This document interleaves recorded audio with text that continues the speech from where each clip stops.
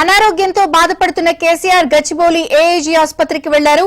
కొంతకాలంగా జలుబుతో కేసీఆర్ బాధపడుతున్నారు.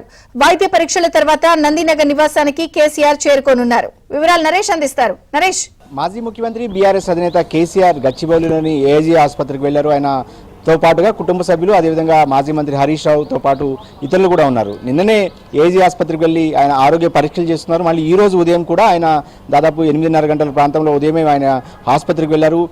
ప్రతి 2 నెలలకి ఒకసారి కేసీఆర్ ఆరోగ్య పరీక్షలు చేసుకోవడం ఆనవాయితీగా వస్తుంది. గతంలో ఏదైతే యశోద హాస్పిటల్కి తరచుగా కేసీఆర్ వెళ్తూ ఉండేవాళ్ళు. అయితే ఈసారి గచ్చిబౌలిలోని ఏఐజీ ఆసుపత్రికి కేసీఆర్ వెళ్లారు. నిన్ననే ఆయన ఒకసారి నిన్న సాయంత్రం ఏదైతే ఎర్రవల్లి ఫామ్ హౌస్లోని ఆయన నివాసాన్ని నుంచి హైదరాబాద్ వచ్చిన కేసీఆర్ నిన్ననే ఒకసారి వెళ్ళి గచ్చిబౌలి ఏజీ ఆసుపత్రికి వెళ్ళి వైద్యులను సంప్రదించారు. మళ్ళీ ఈ రోజు కూడా రావాల్సిందిగా వైద్యులు సూచించిన నేపథ్యంలో వాళ్ళ సూచన మేరకు ఈరోజు ఉదయమే ఆయన వెళ్ళి హెల్త్ చెకప్లు కూడా చేయించుకుంటున్నారు. ఆ తర్వాత ఆయన 2-3 రోజుల పాటు, దాదాపు ఒక 3-4 రోజుల పాటు హైదరాబాద్లోనే ఉండబోతున్నారు. వాస్తవానికి గడిచిన 7.5 కాలంగా కేసీఆర్ ఎర్రవల్లి ఫామ్ హౌస్లోని ఆయన నివాసంలోనే ఉంటున్నారు. అయితే అందుబాటులో ఉండాలని చెప్పి డాక్టర్లు చెప్పిన నేపథ్యంలో ఒక 3-4 రోజుల పాటు ఆయన హైదరాబాద్లోనే ఉండబోతున్నారు. నందినగర్లోని ఆయన నివాసంలోకి కాసేపులో కూడా కేసీఆర్ చేరుకుంటారు.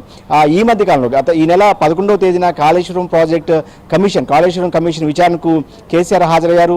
ఆ సందర్భంగా కూడా తనకు ఆరోగ్యం బాగాలేని నేపథ్యంలో కమిషన్ చైర్మన్గా ఉన్న పిసి ఘోష్ కూడా ఆయన కొంత విజ్ఞప్తి చేశారు. ఏదైతే ఓపెన్ కోర్టులో కాకుండా క్లోజ్డ్ రూమ్లోనే విచారణ చేయాల్సిందిగా కోరిన నేపథ్యంలో ఆ కేసీఆర్ కోరికను కూడా ఆయన విజ్ఞప్తిని పరిగణలోకి తీసుకున్న ఘోష్ ఏదైతే ఓపెన్ కోర్టులో కాకుండా క్లోజ్డ్ రూమ్స్లోనే ఆయన్ని విచారణ కూడా చేసిన పరిస్థితి. ఈ నేపథ్యంలోనే అప్పటి నుంచి కూడా కొంత అనారోగ్యంతో కేసీఆర్ బాధపడుతున్నట్టు తెలుస్తుంది. ఆయనకి జలుబుతో పాటుగా సహజంగా ఉండే చిన్న ఇబ్బందుల కారణంగానే ఆయన ఆసుపత్రికి వెళ్ళినట్టు తెలుస్తుంది.